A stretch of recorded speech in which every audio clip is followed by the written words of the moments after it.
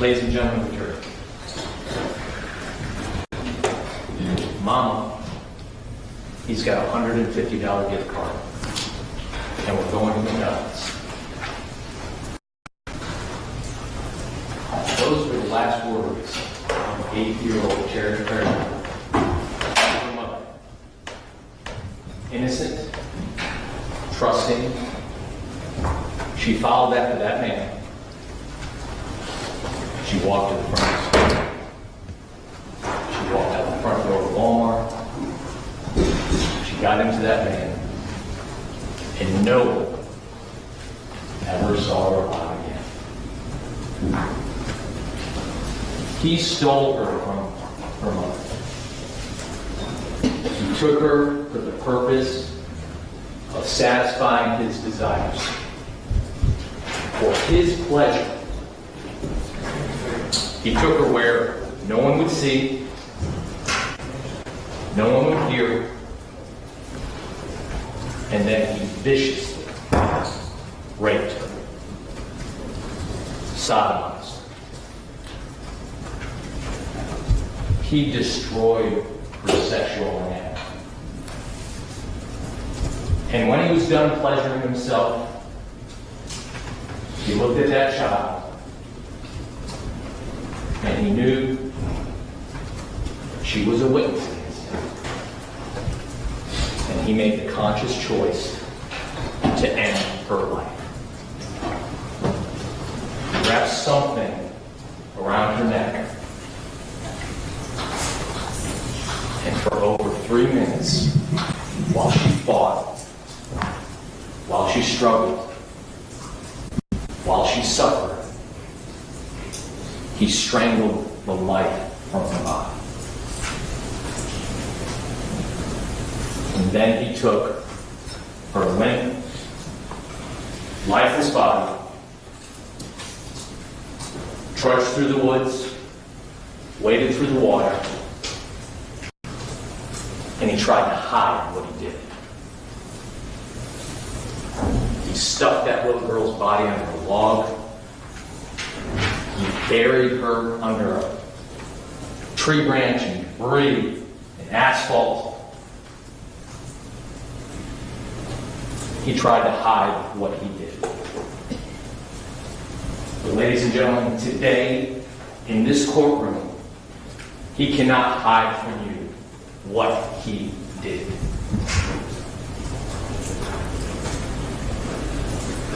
On behalf of the state of Florida, Ms. Nelson, Ms. Wheeler-Sanchez, we thank you for your time and your sacrifice and your attention over the last 3 weeks. It has been a long process, but it's an important one. And we talked about how important it was in jury selection. Remember back on how we discussed the presumption of innocence when it applied to the guilt phase, and how this defendant must be presumed innocent until we, the state of Florida, met our verdict, until we did our job.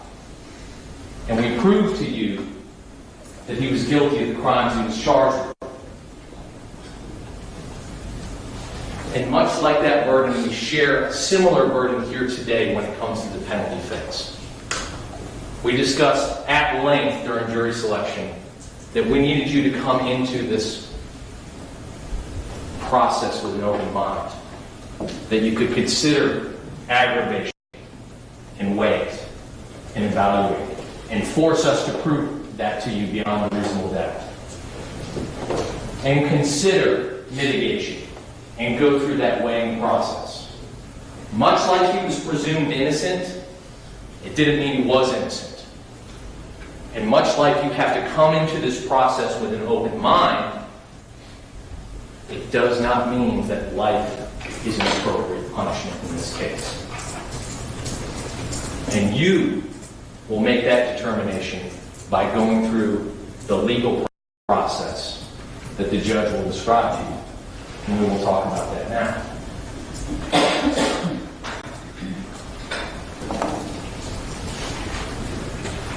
There are 6 steps that you must go through in determining whether or not this defendant should be sentenced to death or whether he should receive a life sentence.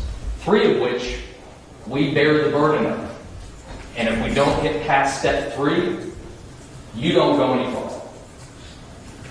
First, whether each aggravating factors are proven beyond a reasonable doubt. Now, you will be instructed, and we will discuss later on, the 6 aggravating factors that apply in this case. These are statutory circumstances which elevate the gravity of the crime or the harm to the victim. And we must prove those to you beyond into the exclusion of a reasonable doubt. 2, whether one or more of the aggravating factors exist beyond a reasonable doubt. So of those 6 that you will be instructed on, you must have at least one factor that you unanimously agree to has been proven beyond a reasonable doubt. I would submit to you already, ladies and gentlemen, that your verdict from last week has already established 2 of the aggravating factors beyond a reasonable doubt. And we'll discuss that later. But if you don't have at least one aggravating factor proven beyond a reasonable doubt, then your analysis ends. It stops. It stops there. I submit to you, you already have proven at least 2.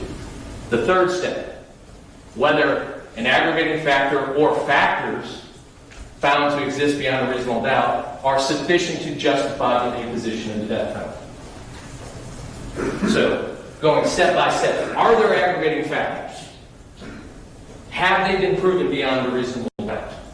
And now, in considering those that have been proven beyond a reasonable doubt, are they sufficient to justify the death penalty? If your answer is no, your analysis ends there. You don't need to go any further. You don't even need to consider mitigation at that point in time. If you believe that the aggravating factors that have been proven beyond a reasonable doubt do not justify the death penalty. I would submit to you humbly, you sat through the evidence in this case. You heard what happened to that little girl. You heard the gravity of the crime and the harm to her. The aggravating factors justify the death penalty in this case. Once you get past that, then we move on to mitigating circumstances. And these are different. These do not have to be proven beyond a reasonable doubt. These simply have to be proven by the greater weight of the evidence, more likely than not, 51%. The next step, whether the aggravating factors or factors outweigh the mitigating circumstances. And then finally, whether the defendant should be sentenced to life in prison without the possibility of parole or death. Are there aggravating factors? Are there mitigating circumstances? Weighing those and determining, based upon the weight that you apply, what the appropriate sentence is. And your decision must be unanimous if you are to impose the death penalty on each and every step of the way. Every aggravator proven unanimously beyond and to the exclusion of a reasonable doubt. Every juror agrees that those aggravators justify the imposition of the death penalty. And that every juror agrees, after going through that weighing process, that the death penalty is appropriate. If one of you disagrees, then it is a life sentence. Simple and to the point. Let's discuss, ladies and gentlemen, the aggravating factors. We talked on how they must be proven unanimously beyond and to the exclusion of a reasonable doubt. And like I said, an aggravating factor is a circumstance which increases the gravity of the crime or the harm to the victim. Common sense. It increases the gravity of the crime. We've already discussed, we discussed back in jury selection, the fact that this was a child in and of itself increases the gravity of the crime. Nothing more than her age and how vulnerable she was because of that age. And that in and of itself, in your mind as a juror, could be sufficient to justify the death penalty. That one aggravating circumstance, if it stood alone, could justify the death penalty. But as we have discussed, and as you will learn, there were more than one aggravating circumstance in this case. But no facts other than proven aggravating factors can be considered in making a determination as to whether or not the death penalty is appropriate. You are only to consider the aggravating factors, and they are legally outlined for you in this case. Number one, Donald James Smith was previously convicted of a felony involving the use or threat of violence to another person. Now, members of the jury, one witness was called in the penalty phase by the state court. But that is not the only evidence of aggravation, because it's just not what happened this week that you are to consider, but you're also to consider the totality of the evidence that was presented last week as well. And I submit to you that the greater majority of the evidence in aggravation was presented last week when you heard of the crime and you saw what happened. But carrying Buck was not a part of what happened on June 21st of 2013. And you heard from her on Tuesday morning. You heard from her what he did to her over 25 years ago. It was a Sunday morning. Just past noon, she's got home from church and she's walking to a friend's house. And a man pulls up in a van. No surprise, a van. You know where Susie lives? No, I don't. You want a ride? No, thank you. Get in the fucking van. That's what he said to her. That's what that 36-year-old man at the time said to that 13-year-old girl. Scared her to death. She ran. Did he give up? Did he move on to the next possible subject that might come along that he could prey upon? No. He chased after her. He drove after her and she ran for her life and she banged on doors. No one would answer. And she ran to that playground. And she hid her little body up in the tube of a slide, like a spider pushing her limbs out to hold herself up so she could conceal herself. Terrified. And he drives there.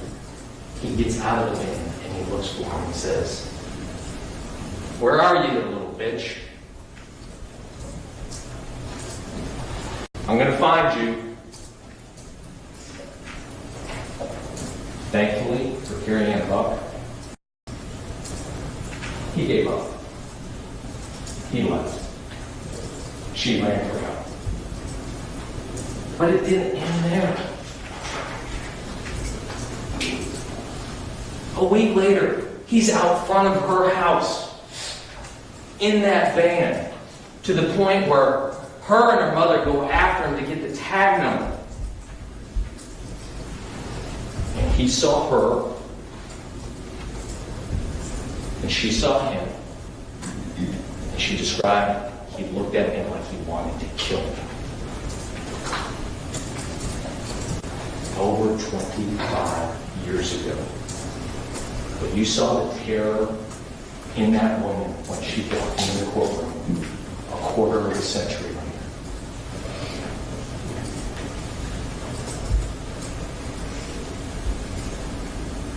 Dr. Sesta said it best.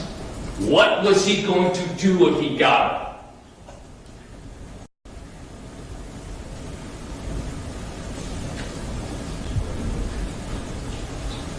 With the clarity of hindsight now, we know. But thankfully for Carrie Ann, he didn't get her. And he was convicted. He stipulates to that on the stipulation of the right to the court. That has been proven beyond a reasonable doubt. Because remember, aggravation can come of the crime itself, or it can be part of him. About him, much like mitigation. What's about him and what he brought to this crime before it ever happened?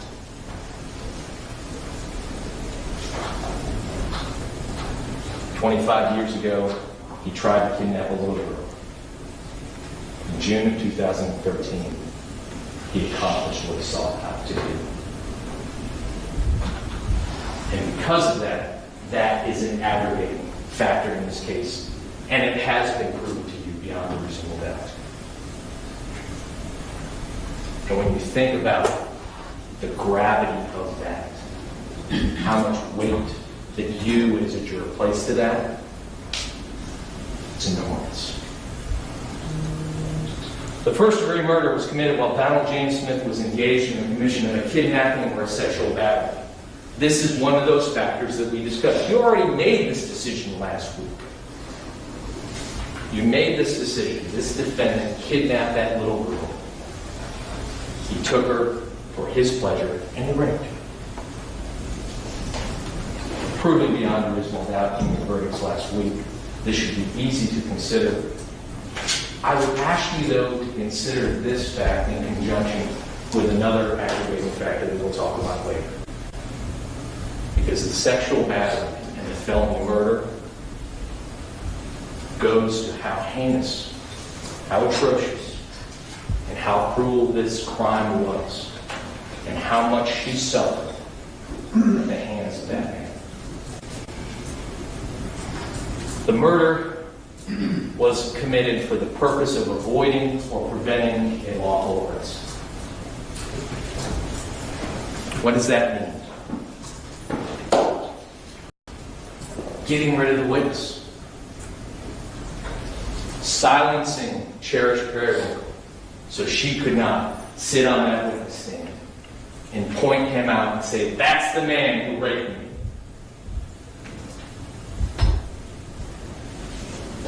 He killed her to silence her. And there's some factors that you need to know about when we talked about that, and some of that information came out through the defense's witnesses.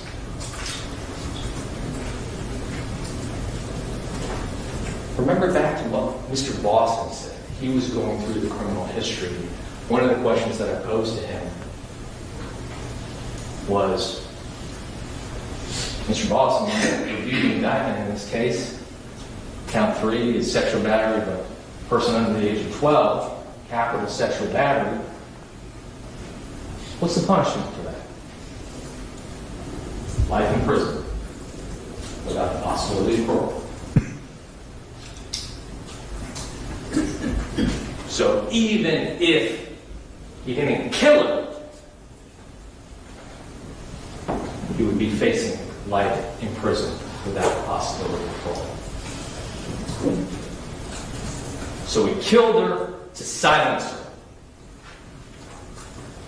And Dr. Seska said it best. And we'll get into more of his mental issues, his pedophilia, his impulse control. We'll talk about that later. But what Dr. Seska told you yesterday, unequivocally, was his impulse control related to his pedophilia and his desire to have sex with the child. The murder, that's because he's a sociopath. He killed her because he didn't want to get captured and he didn't want to have her talk.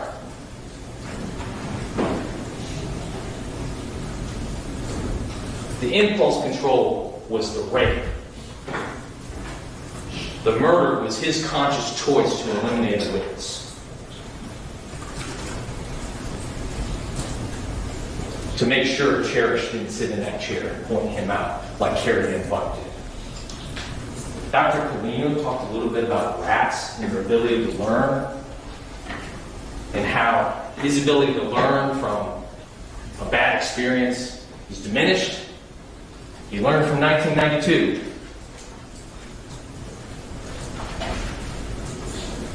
He learned that even a little girl can come into a courtroom and point him out. He learned from that experience.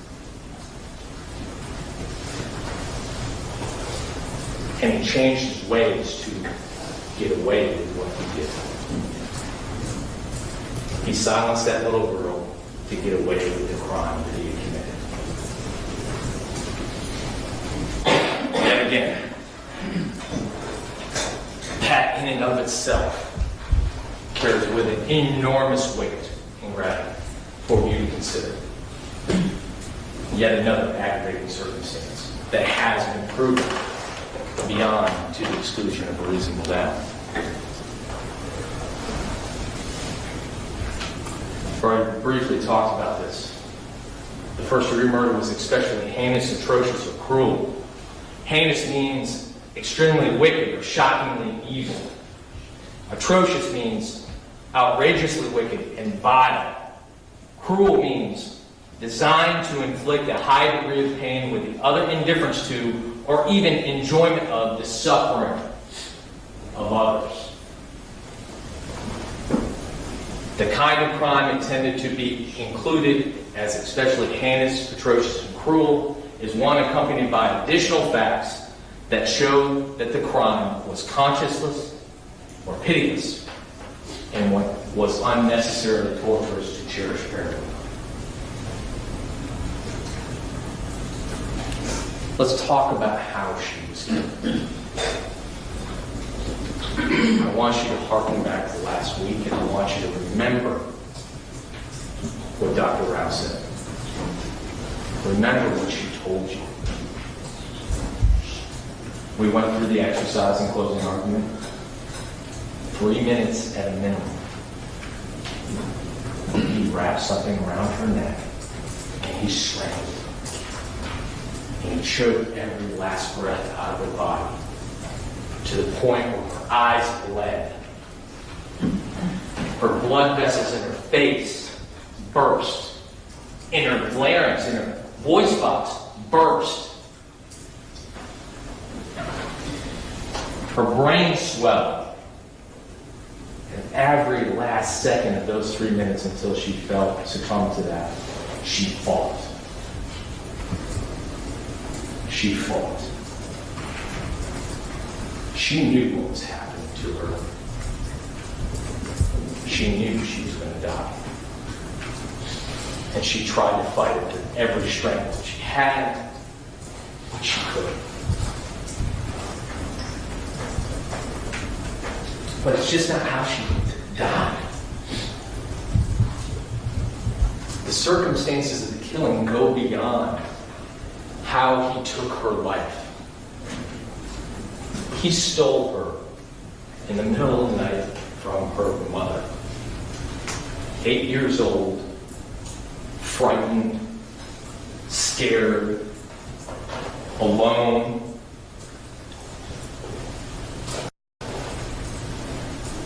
And he did things that she probably didn't even understand. And an 8-year-old can't understand.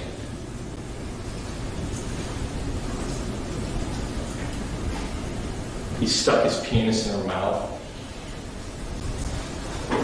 and made her suck on it to the point where it bruised the tip of his penis. He sucked on her breast, leaving a hickey behind. All for his pleasure, not hers. To her horror.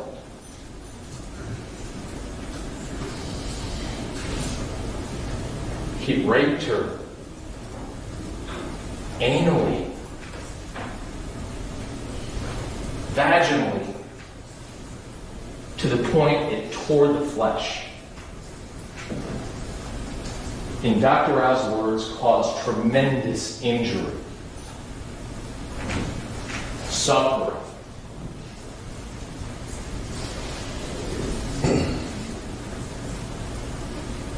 With thrust after thrust, leaving his DNA behind inside her, gagging her, smothering her face to keep her quiet throughout the entire incident.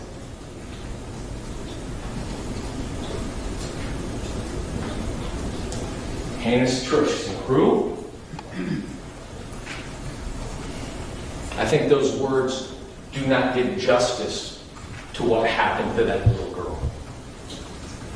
when she was raped and when she was killed.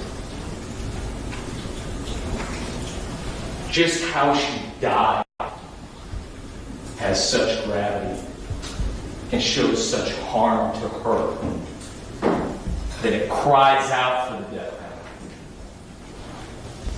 But it's only one of 6.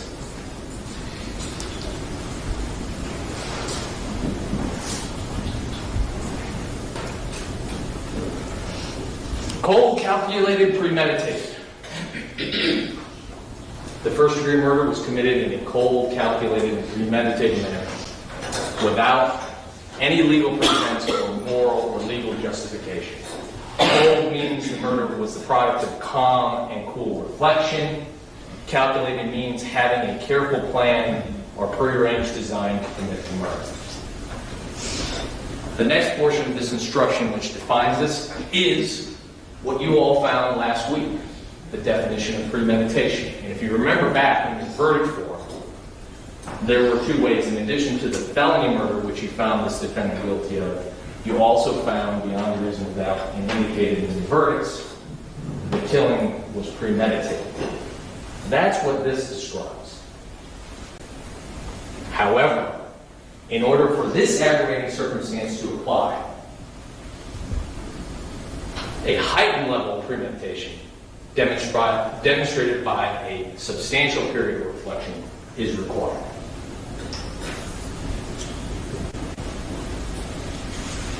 This period of reflection and premeditation started on the south side of Jacksonville when this defendant left home that day. Segovia Avenue, his home with his mother. South side. He goes to Edgewood, north side, miles away. For what? You see him on video. We watched him. He asked about adult magazines, but he wasn't shopping. He was hunting for his target. He went to that Dollar General. God forbid, Cherish Lily Periwinkle walked into his life. He saw her, and he targeted her. Her mother, her 2 sisters. You watched him last week in that Dollar General. He didn't buy a thing. He loitered in front of that store, lingering, watching, lurking back from a distance, but he's watching. You can see that. And then he walks out the front. Could have driven away. Could have gone home. He walks to the van. He opens the door. But he stays. And he waits. And he positions himself right in front of that door, waiting for them to leave.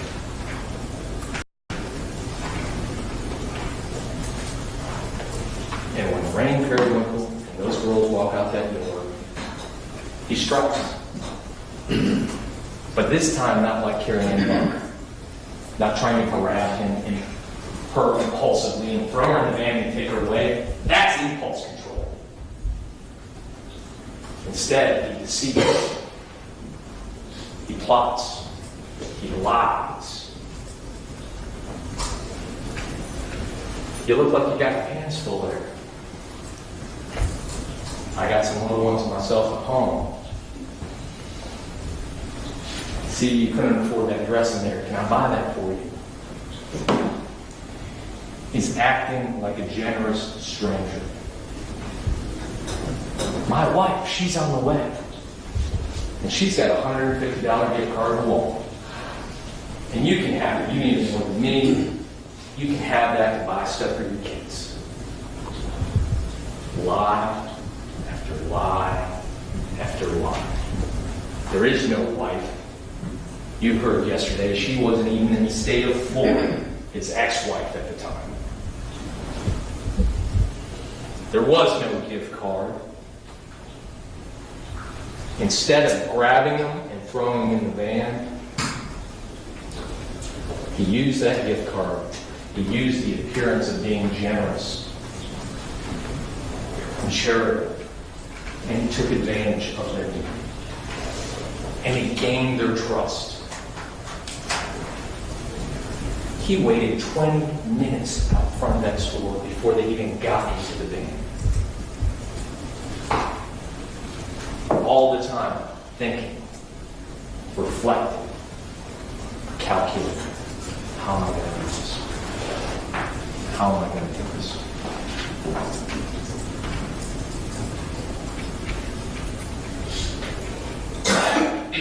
The drive from Edgewood to Lantern, about 10 miles, 10 to 15 minutes, still keeping up the ruse, still lying, still trying to earn her trust by giving raining facts. All lies, but facts that would try to make her feel more at ease.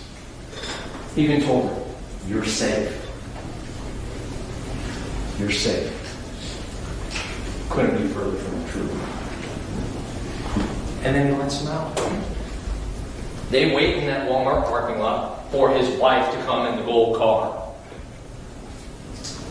She doesn't come. The kids are getting antsy. They go inside. He can leave. They're inside. He could drive off. He could leave behind those 3 little girls and their mother. But no. He goes in and you watch him on that videotape. He walks in there with a purpose, looking up, down every aisle until he sees them. His targets, his victims.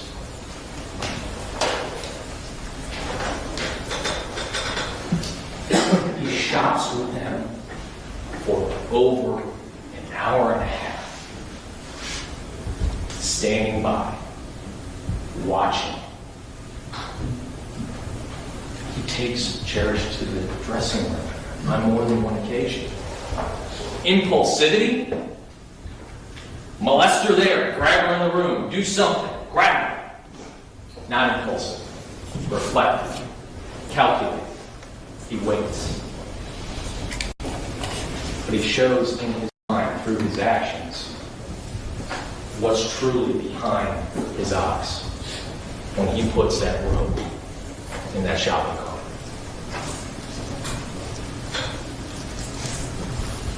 And then the opportunity presents itself. I'm going for food. You want anything?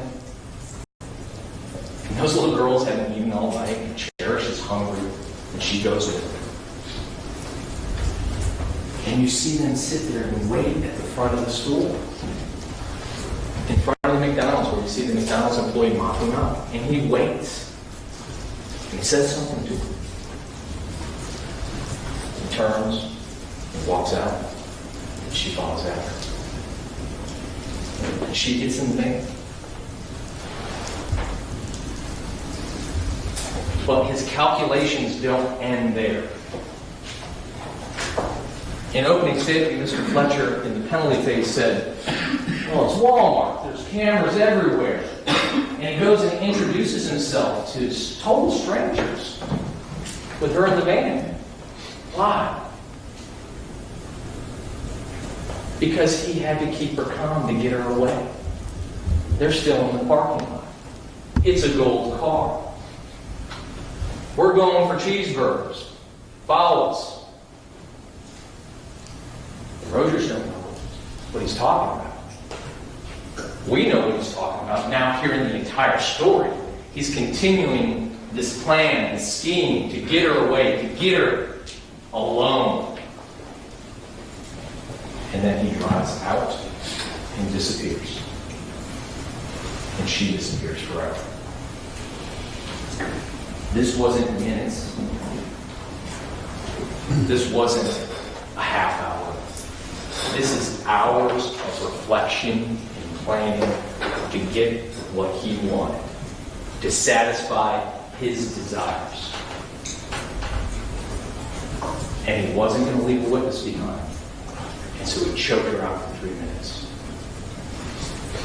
Cold, calculated, premeditated. Heightened premeditation, which adds gravity to the crime. And the obvious. She's under the age of 12. 8-year-old Cherish Lily Periwinkle, 67 pounds. Dwarfed in comparison to him. The fact that she was 8 in and of itself could justify the death penalty.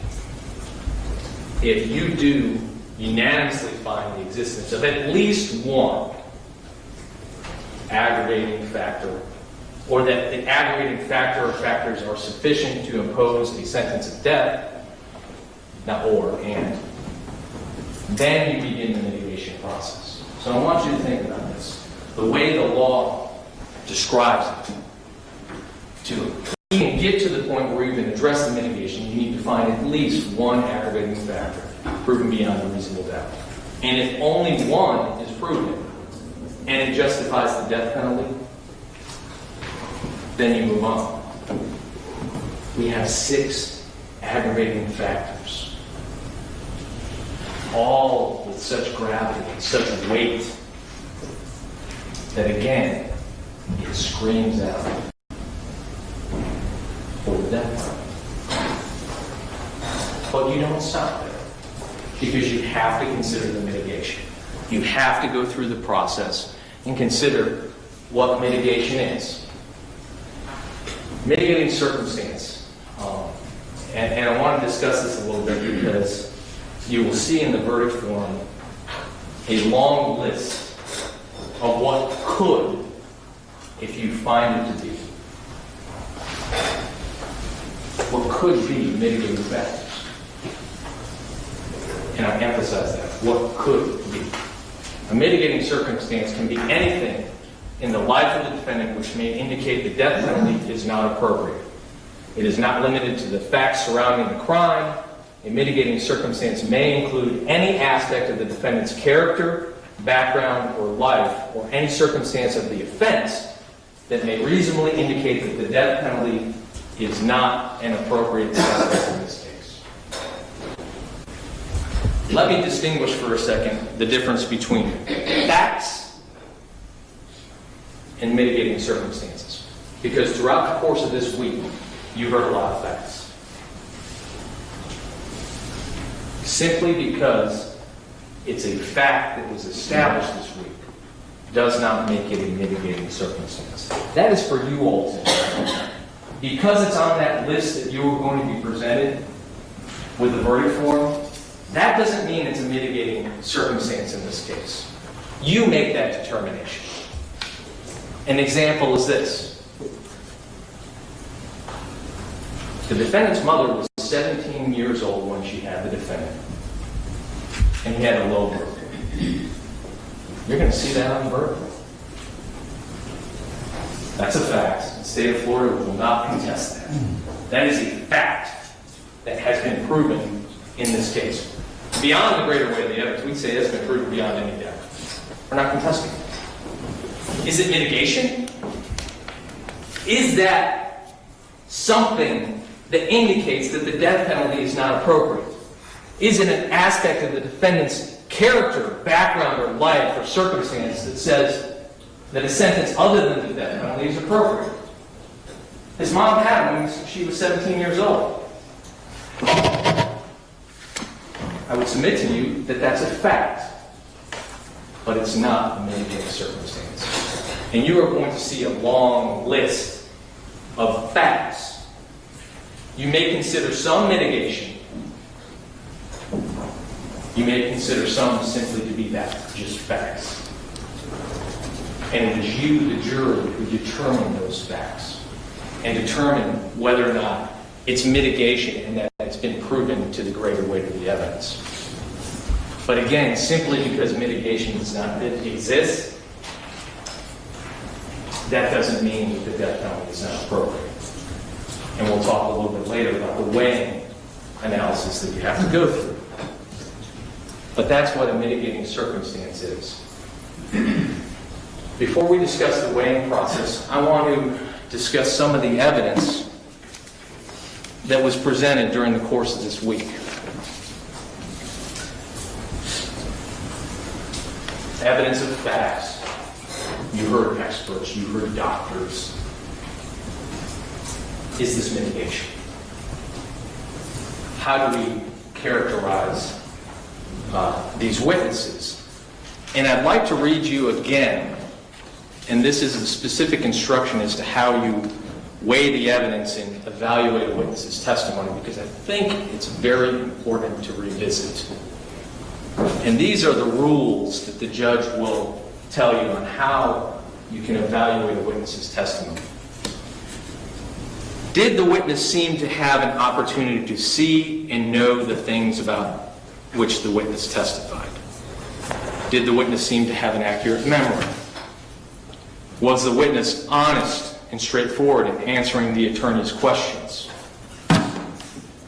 Does the witness's testimony agree with the other testimony and other evidence in the case? Did the witness have some interest in how the case should be decided? Has the witness been offered or received any money or any preferred treatment or benefit in order to get the witness to testify? And did the witness at some other time make a statement that was inconsistent with his testimony that he or she gave in court? You also are instructed about expert witnesses. And the court has already instructed about that. You heard about it last week. But expert witnesses are like any other witness, with one exception. The law permits an expert witness to give an opinion. However, the expert's opinion is only reliable when given on a subject about which you believe that person to be an expert. Like any other witness, you can believe or disbelieve an expert's testimony.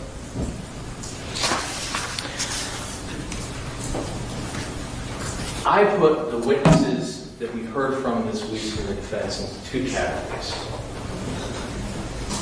One category is witnesses who told you what they saw. And the second category is the category of witnesses who told you what they want you to believe. Let's talk about that latter category first. The witnesses who told you what they want you to believe. Let's talk about Dr. Buffington for a second. Dr. Buffington is a pharmacist. And I do not quibble with his qualifications if I'm going to ask him, what effect does cocaine have on the human body? What effect does a drug have when taken in combination with another drug? That's his area of expertise. Where I do take issue with Dr. Buffington is his contention, his testimony that basically he became a human liability. What we hear from Dr. Buffington, that he spoke to the defendant for 15 minutes over the telephone to establish his opinion before he was deposed. And when pressed on issues in deposition, he went back to answer a couple of questions, and he spent another 30 minutes meeting the defendant for the first time face-to-face. But from that 15 minutes, he could tell, because he's met with patients before in a clinical setting, and he knows how to ask the questions, that this defendant was being honest and truthful when he was providing information about these psychotic symptoms that he was experiencing. He didn't administer any standardized instruments that are used by psychologists and psychiatrists. He talked to him for 15 minutes. Can you see the manifestation of all this psychosis, this laundry list of what Donald Smith told him he was experiencing? Auditory hallucinations, visual hallucinations, delusions, paranoia, sensitivity to light, extreme sensitivity to light. All these things. Well, his testimony was the person interacting with him. His mother, Brad Calhoun, Rain Periwinkle, any of the employees in Walmart, none of them could see these things that were taking place. None of them. And how does he know? Because Donald Smith told him so. The same Donald Smith who all the other experts say is a sociopath who lies, who cheats, who deceives, and who failed miserably the instrument provided by Dr. Sesta, which showed he was faking psychiatric symptoms that invalidated any of the information when it came to those type of issues, psychotic symptoms. But Dr. Buffington, in his wealth of experience, wants to tell you from that witness stand, after he watched the videotape, now, it's possible that he was going through all these things and nobody knew it. It's not even consistent with what Dr. Butler said. Because we heard yesterday of this alter ego. Crack Wheezy, I think is what they referred to him as. On how people knew when he was on drugs because they could see the difference in his personality and how he acted. But somehow, some way, through 15 minutes of conversation, Dr. Buffington wanted you to believe, because Donald Smith told you that he was going through all these psychotic symptoms. Despite the fact that we watch him for hours and he appears normal. You want irrefutable proof that he wasn't going through the psychiatric symptoms? Sensitivity to light. Go back and watch the videotape. What's on his head the entire time he's standing up front of Dollar General? His sunglasses.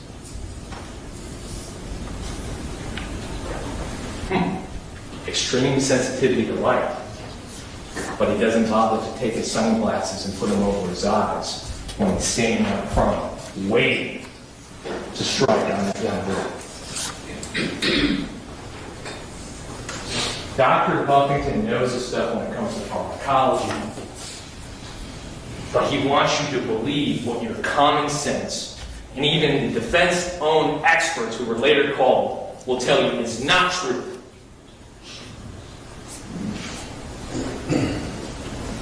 He's telling you what he wants you to believe. Dr. Colino.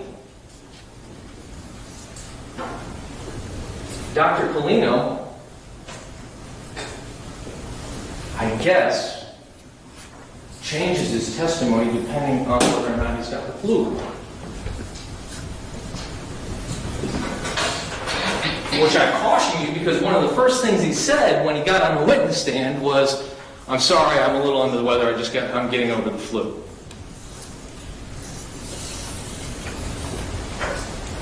But Dr. Colino told you that despite the fact he said under oath that a possible cause of some of these brain injuries could have been a heart attack, and he said it under oath in deposition, I was under the weather, I was having the flu, and I only had 2 days to prepare. Really? What it can tell you is, yes, you look at the brain scan and he's got brain damage. Okay? There's something different about his brain than from what somebody else's brain may look like. Now, I know we have a wide range of ages on the jury panel, and some of you may remember this or some of you may not. But back in the 80s, there was this great commercial on TV. It was an egg. This is your brain. And crack. Boom. Sizzle. Egg hits the frying pan. This is your brain on drugs. Any questions? We heard about the long history of drug abuse since its pre-teenage years. And Dr. Colina and Dr. Wu, none of them can tell you what caused the brain damage. But they want to link it back to a fall off the bike in a car accident when he was 20. And again, does the witness's testimony mesh and compare with the other witness's testimony? And again, think back to Dr. Seston. You're going to hear me say this a lot during the course of this closing argument. I feel like I almost might need to pay for his witness fee. Because he said, when I first met with him, he told me about this bike accident. It was very trivial and inconsequential. And he never told me about a car accident. What he also never told him about, and this relates back to Dr. Buffington as well, he told him about, he being the defendant, told him about how he took Lortab with the crack cocaine. Not this antipsychotic drug that he was relying on. He's telling Dr. Sesta something different than what he told Dr. Buffington. And Dr. Buffington is using that to rely on, to make his expert opinion. Because garbage in, garbage out. If it was coming from him, it couldn't be trusted. Dr. Sesta told him that. But Dr. Colino, even when confronted, wouldn't admit and try to walk away from what he had said under oath. And then there was Dr. Wu. Same thing. PET scans, imagery. I'm not going to contest that the MRI showed something. But what they wanted to do, what Dr. Wu and Dr. Colino wanted to do, is they wanted to take a pretty picture and point to a color and then say, that means he did this. That relates to his behavior. But when I asked that question of Dr. Wu in deposition, that without talking to that defendant, without finding out what was going through his mind when he killed that little girl, you can't say whether or not it was because of his brain injury or if it was just his conscious choice to do so. And in deposition, it was yes. You are correct. And then here,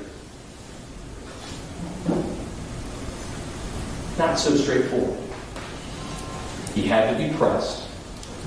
And I believe at one point in time, because I asked the court reporter to read it back, he even denied what he testified to only minutes beforehand. He wanted to make you believe this is a man who never talked to the defendant, who never met the defendant, who only looked at pictures of his brain. And he wants to tell you how that, based upon what Brooke Butler told him, and the defense attorneys told him, how that affected him at the time this crime was committed. And one thing that both Dr. Colino, Dr. Sesta, Dr. Butler, and Dr. Wu all share in common, even Dr. Holmes, they'll talk to him about bike accidents when they're not. They'll talk to him about car accidents when they're 20. Every aspect of the defendant's life, from in utero to where he sits here today. But nobody wants to talk to him about what happened from when that van drove out of the parking lot and when that little girl was found. How can you relate a picture to an action when you don't even know what happened? And nobody bothered to ask.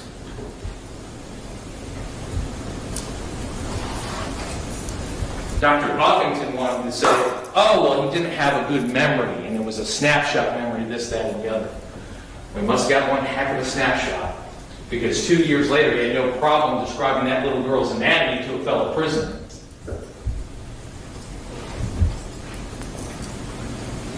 Relying on what he said. And then Dr. Butler.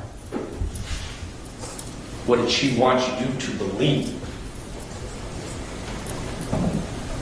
She gained, I put to you, ladies and gentlemen, the majority of the information from the defendant and the defendant's mother.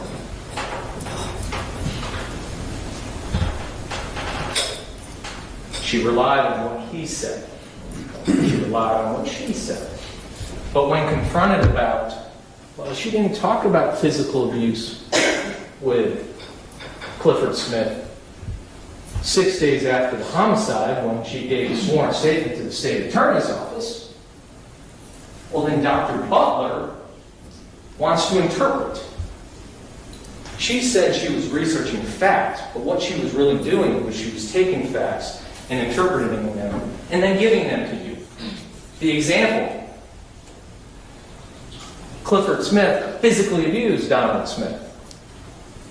When? Where? How? Well, Miss Moore said that he disciplined him behind the closed door. Is that physical abuse? No, she wants to make that jump. She wants to make that inference. She wants to make you believe that it's physical abuse. She talked about the poor cotton workers, right? The grandparents, how it's not an affluent background. But then you hear about Clifford Smith, who was a well-to-do insurance salesman, Dr. Moore, a prominent psychiatrist. This defendant didn't live impoverished growing up. He left his grandparents' house at the age of 3. To submit to you, he probably has vague, if any, memory of living with his grandparents. Instead, living a life where he didn't have any issues when it came to money. We know that because when Mr. Smith died, he gave him $100,000 or so to use on cocaine, apparently, is what he chose to do. Dr. Butler described, well, he was as good of a dad as he could be. You remember her saying that? He was as good of a dad as he could be? Well, we heard from Donnie Jr. Donnie Jr. said he had a relationship with his father until his dad got arrested in this case.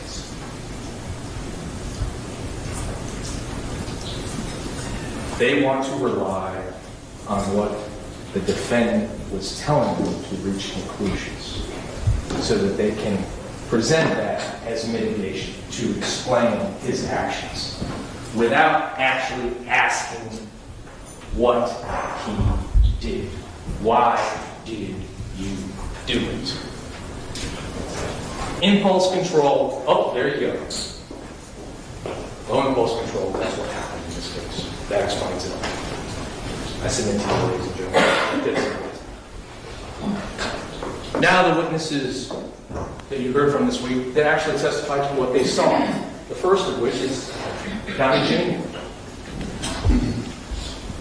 You know, one of the instructions, we talked about this a little bit last week, is your verdict should not be based upon sympathy, because you feel sorry for anyone. It's hard not to feel sorry for Donnie Jr. This is a young man who had no relationship, who had no father, and he talked to you about that a little bit yesterday, and some of the troubles that he went through.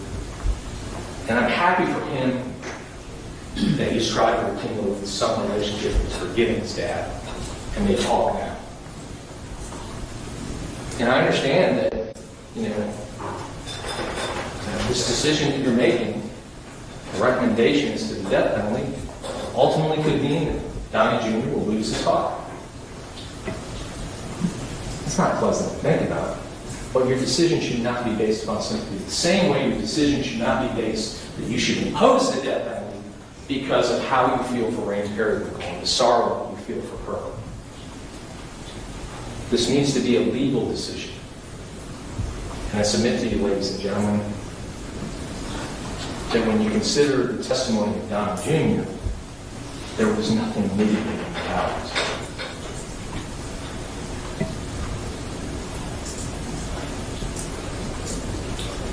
Dr. Aiken, again, facts. We don't contest. He was straightforward. This defendant doesn't pose a risk to other inmates. He doesn't pose a risk to corrections officers. We'll concede that. We'll concede that fact. And I guess that's a character or an aspect of the defendant's life that he doesn't pose a threat while incarcerated. That could be mitigation. Maybe that's a reason to impose a life sentence versus the death penalty. I guess it could be mitigation. But if so, what weight do you apply to that? That he's a good prisoner. Mr. Boston. Now, Mr. Boston's testimony detailed this defendant's life as a criminal. Unfortunately, probably detailed and highlighted for you all a failure in the system. He fell through the cracks. I think those are the words that Mr. Boston used. He fell through the cracks. The state of Florida had an opportunity in 2006 to involuntarily commit Donald Smith as a junior rights offender, as a sexually violent predator. And Chris Robinson, the evaluator, completed that evaluation, said he didn't meet the criteria. End of story.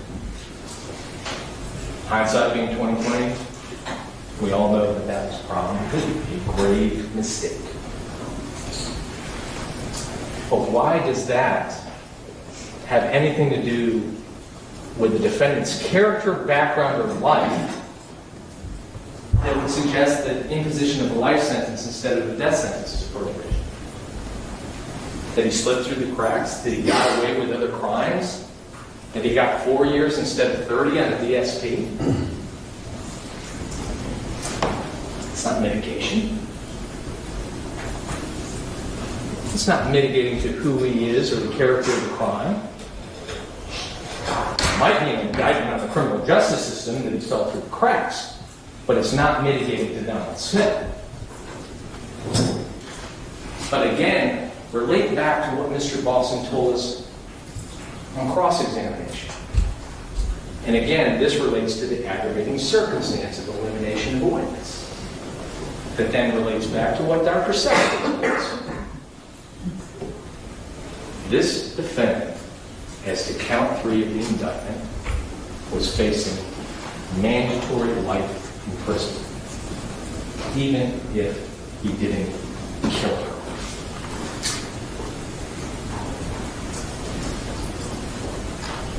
So that's why he had to get rid of her, to avoid capture, as Dr. Seston said.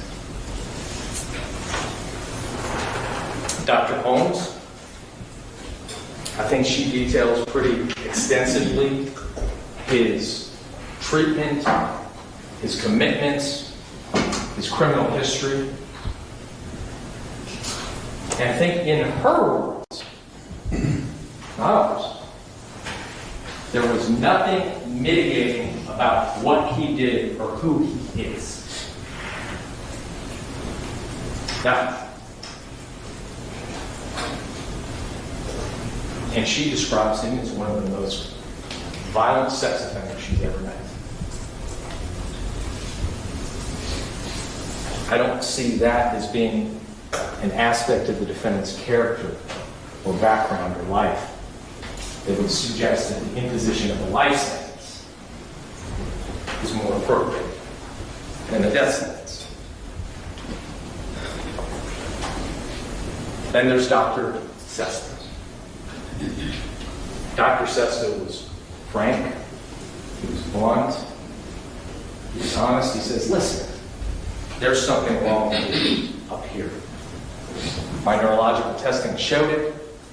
I can't tell what it was caused from, and the PET scans reveal it. He even sort of described, when you look at something and describing how these scans are used, that you can open up the hood of a car, look at the engine, and everything looks great, and you go to start it, and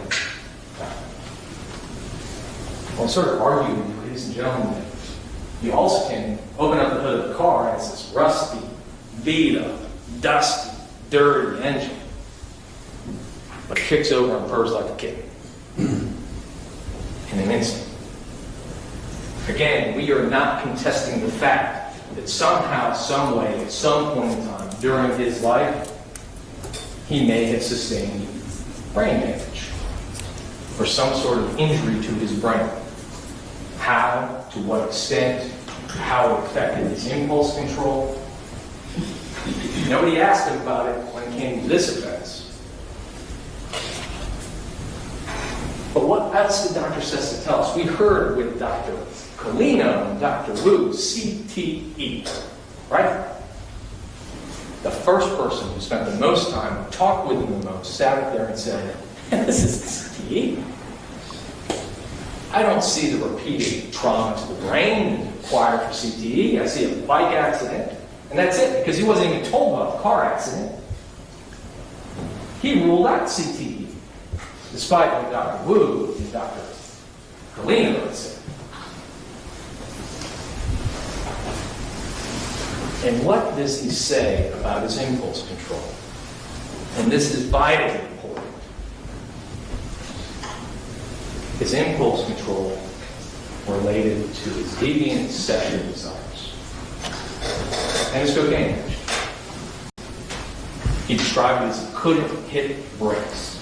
He couldn't press the brakes on those impulses that were coming from the other side of the brain. His desires, his pedophilia, his desire to be with prepubescent children. So that's why he wanted to have sex with Cherish Periwinkle. Ladies and gentlemen of the jury, you are not here this week to sentence Donald Smith for the kidnapping or the rape of Cherish Periwinkle. The death penalty is not an option for those two crimes. You are here to sentence him on the murder of Cherish Periwinkle. And the defense's own expert told you from that witness stand that her murder was not the result of impulse control. It was a result of his sociopathic behavior. He wanted to avoid capture.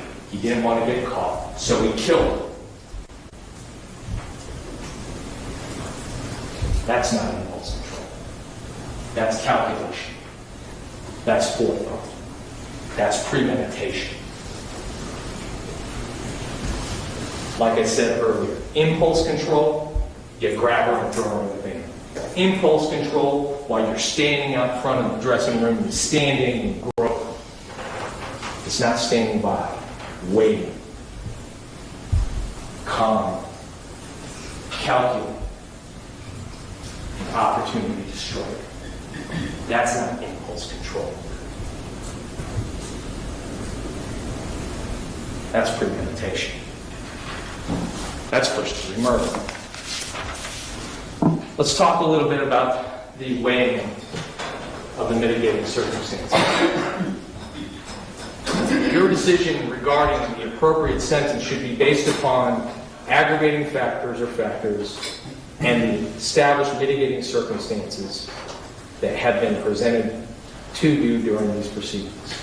Okay, so you're to look at the aggravators and the mitigating circumstances as you see them. You must weigh all of the following. Whether the aggravating factor or factors that have been found to exist are sufficient to justify the death penalty, B, whether the aggravating factor or factors outweigh any mitigating circumstances or circumstances found to exist. And based upon all the considerations pursuant to these instructions, whether or not the defendant should be sentenced to life in prison without the possibility of parole or the death penalty. The process of weighing aggravating factors and mitigating circumstances, it's not mechanical. And what that means, ladies and gentlemen, is this. It is not a counting principle. You just don't look and say, well, their list is bigger than the state's list, so it must be a life sentence. Sort of what we talked about ahead of time. It's not just the quantity of the aggravation or mitigation. It's the quality. It's the weight. Because certain things have the weight of a mountain, and other things have the weight of a grain of sand. And you can have a fistful of sand, millions of reasons, but they don't have any weight. They don't have a bearing in this case. Because when you look at the gravity and the severity and the sheer number, because it does matter that there are 6 weighty aggravators in this case, then I submit to you that yes, you can come into this process with an open mind. But much like the defendant's presumption of innocence was stripped in the guilt phase of the trial, the weight of the aggravation that has been presented and proven to you beyond and to the exclusion of a reasonable doubt tells you in your heart, in your soul, in your mind, what the right sentence is. Because you go through that weighing process, and it's to you, each individual juror. And let's talk about that for a second, because we did discuss this a little bit in jury selection. This is not a straw vote. They call it deliberations for a reason. If it was simply a straw vote, we give you an anonymous ballot, vote, you collect it, we count them up and see whether or not the death penalty is appropriate. Did everybody agree? But there's to be discussion. That's what deliberations entails. Some of you may have questions about an aggravator. Some of you may have questions about a mitigator. And you all can discuss that amongst yourselves. But each of you must reach a conclusion, an individual conclusion, and place weight on the aggravation and the mitigation as it's been presented. But as a jury of the whole, you must unanimously recommend the death penalty. Each and every one of you must find the aggravators that exist beyond and to the exclusion of a reasonable doubt.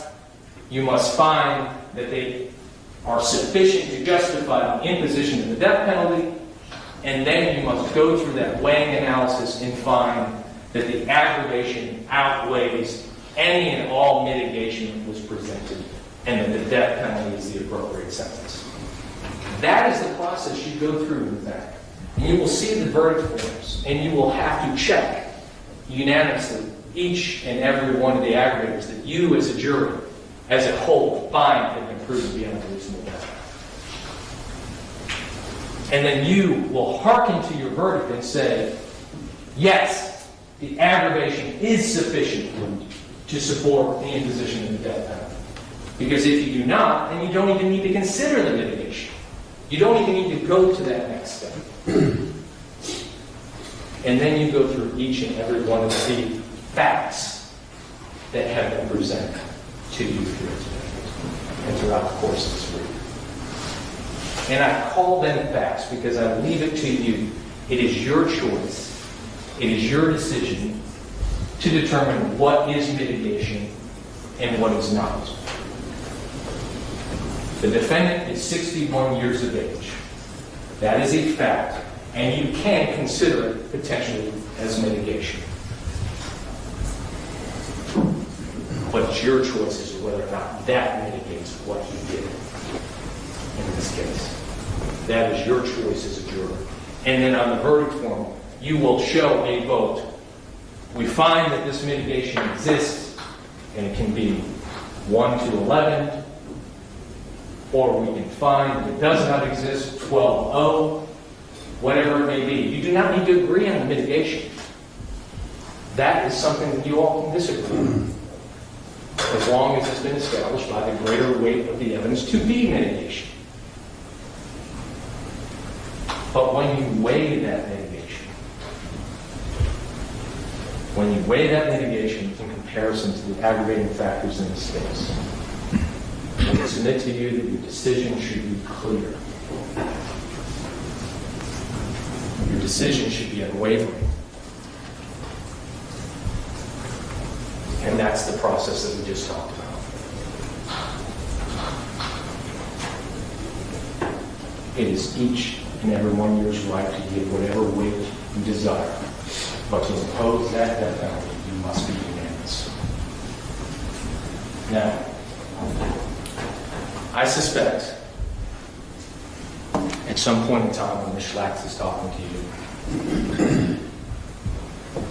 that you will hear of the instruction where, despite the fact that you find that the aggravation outweighs the mitigation, under no circumstances any juror compelled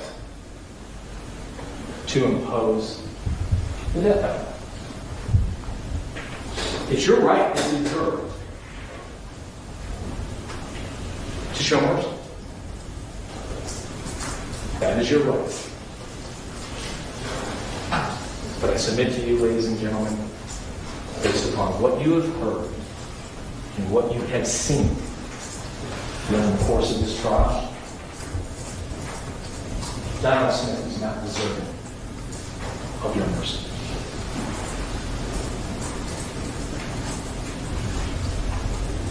This was the first picture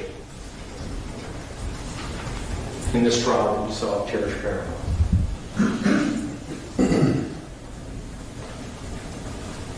Ms. Schlax showed it to you in jury selection.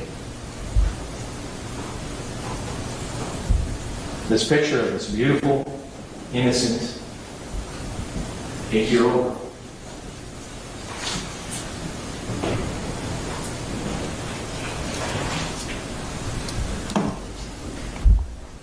These were the last pictures taken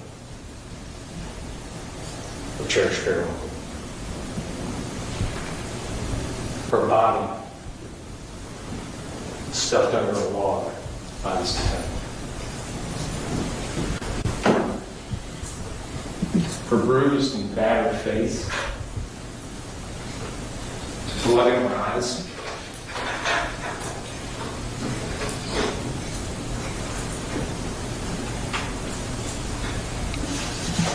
Injuries to her mouth, her nose, her face, her neck, with the ligature marks from where he took every last breath from her body.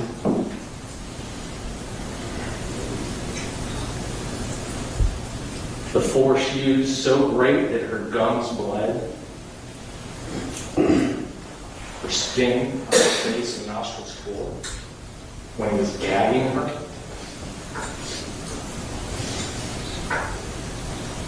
Pulling that ligature so tight around that it tore the skin around the edge of her neck.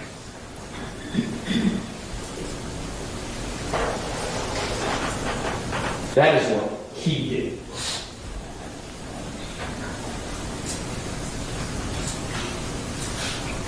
That is what he did in this case.